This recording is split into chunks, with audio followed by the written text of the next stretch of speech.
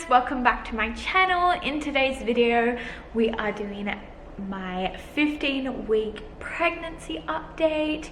It's super exciting. We have 25 weeks to go and I'm craving lemons, and the size of baby is an avocado. So yeah, it's really cool to be in my second trimester, like officially, and to start to feel, I don't know, those really nice second trimester vibes in comparison to first trimester. If you are new here, welcome. My name is Tiana. I do lifestyle, motherhood and cleaning videos, and I have baby brain really bad.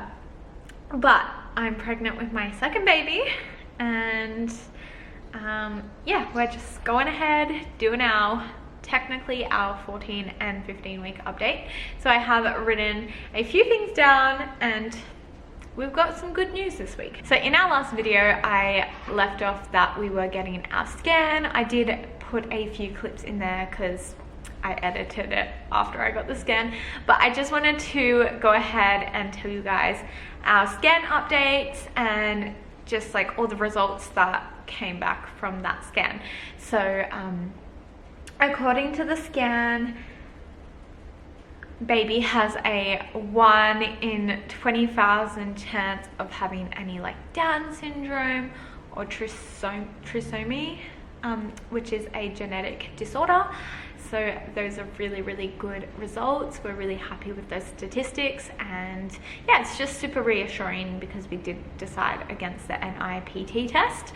So yeah, I'm really glad that we put a lot of thought into that decision and it has worked in our favor. One thing that I did take away from that scan was baby's head is measuring 1 week ahead of schedule.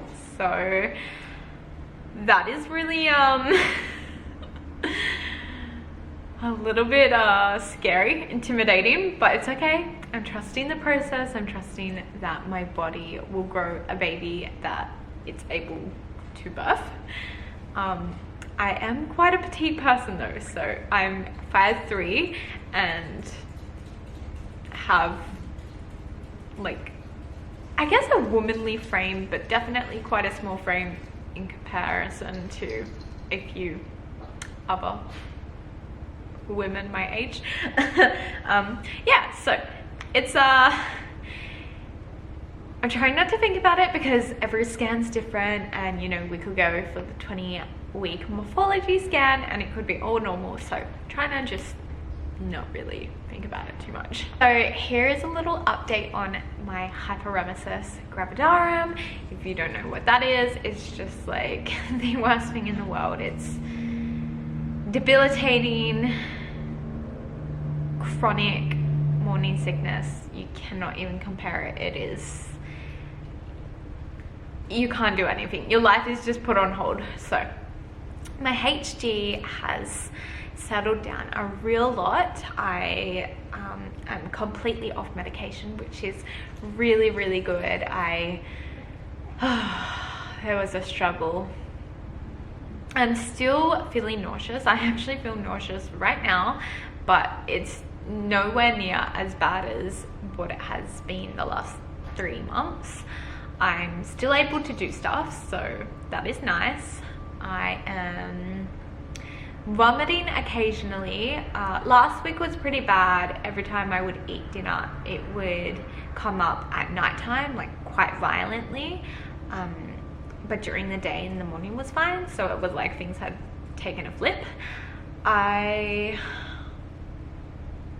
vomited on the weekend. Luca and I went on a road trip and we had hash browns for breakfast, which are super oily, and I just, being in the car and eating like fast food, it just didn't agree, so I puked that up. But that was 2 days ago, so we haven't felt the need to vomit since then. But yeah, today I'm feeling super nauseous, so it is what it is. But I'm so grateful. It's just a huge improvement. So I did go to the doctors and just get some results back from the scan, which she basically told me what the sonographer told me, so nothing new there.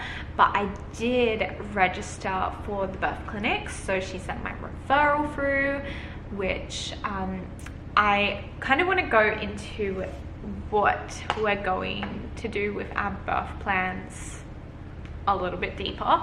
So even though I am registering with the birth clinic, I'm still very open to having a home birth. I don't want to rule out any options yet. I do want to go and speak to the midwives. I haven't been to that hospital, their maternal section or their birthing clinic, so I just wanted to maybe book an appointment and go talk to them, see if they resonate, see if their clinic resonates. But in saying that, we are like 95% sure that we are going to do a home birth, so we've been kind of lining our ducks up in a row with that. So I'll go into that a little bit more. I think the biggest thing with having a home birth is I guess finding a supportive team that will empower you. So we actually booked to go to a doula information session on the weekend.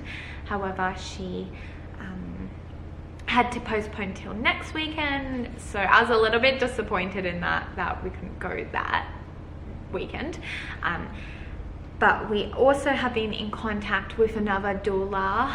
She's located in Brisbane, and she seems to really be like aligning with us. She has a lot of the same philosophies that we do, and I think like our goals will be supported by her. So I sent her an email, and I'm still waiting back for that email. However, I have been in contact with her via Instagram, and she actually sent me a link to a women's circle that I did last night. So it was basically a bunch of women who are also home birthing, and it was really nice to see it from a different perspective.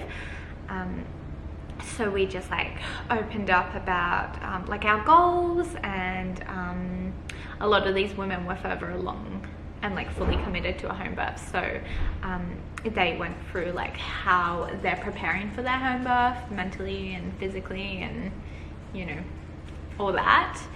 So I thought that was a really nice perspective.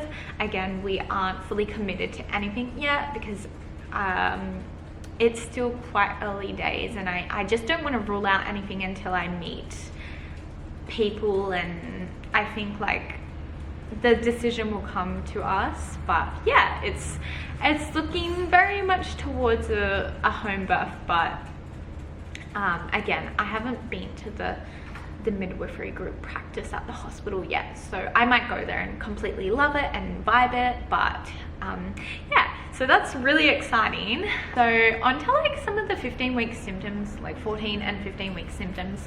I am still getting heartburn. I feel like it's not going to go away anytime soon. Comparing to Theodore's pregnancy, I had heartburn up until like birth.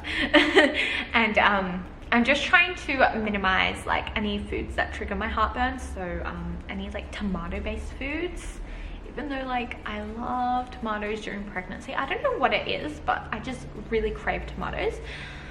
So trying to avoid them. Oh, there are some trigger foods though, guys, that I cannot eat. So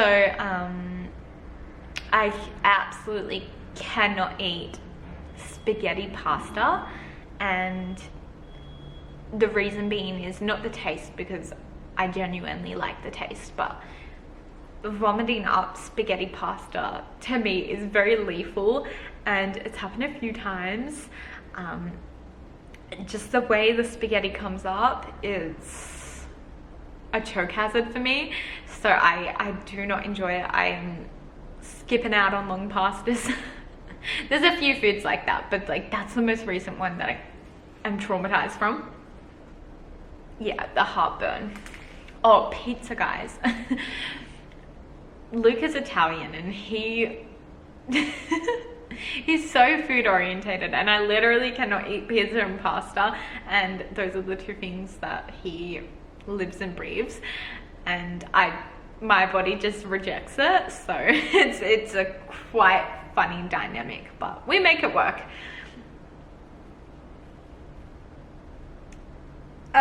So along with food, I've been craving Subway for 6 weeks. God knows how long. But I caved, guys. I caved. I don't know, you just like get into this like zone where you convince yourself, and my convinced story was like, I've made it to 15 weeks, like I'm sure that I will be fine if I just get like a sub and heat it up. And yeah, I did it. I ate it. It went down so well, but am I gonna do it again? Probably not. The risks to me are quite high, and I just, yeah, I feel kind of guilty, but it is what it is. I survived. I'm still having like burning nipple sensations. They've been super sore, I guess. I just don't know how they're gonna grow any bigger, because they're already like D's, and that's quite big for me. So I don't know, because if they're big now, I cannot even imagine how big they're gonna get when the milk comes in.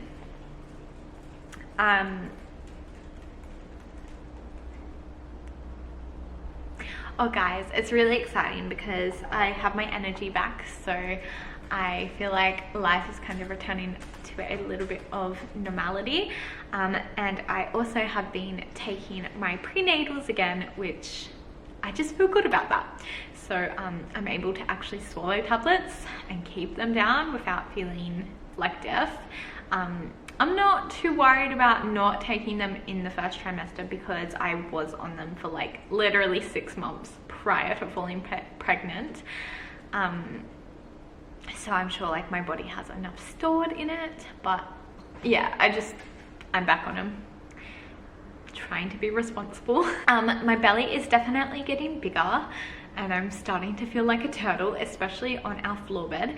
I have to like literally roll out to the side, and I have no abs anymore, so like trying to sit up is almost impossible. I'm definitely finding myself waddling that little bit more. Again, I'm quite petite, so I feel like it kind of hits me a little bit earlier compared to other women. And another thing that I wanted to mention was I have low blood pressure again. I had this with Theodore, and there's like nothing you can do besides take it easy. But because of that, I have been feeling like I haven't been getting enough oxygen, and it just like is kind of like having a panic attack where you can't breathe, but it's not a panic attack. It's like as if there's like a weight on my chest or throat. So I think I might go tell my doctor about that. But I had my blood pressure taken at the scan place, and it's super low for preeclampsia, so that's a win. I'd rather have low blood pressure than high blood pressure. But again, it does suck because I want to like get back into like gentle exercising, but I just feel like when I do exercise, I cannot breathe. So that's the symptoms of pregnancy. That's pretty much it for the last 2 weeks. I will show you guys a bump shot at the end of this video, but I'm gonna love you and leave you. And if you enjoyed this, give it a thumbs up, click that subscribe button, and I'll see you in the next one. Bye guys.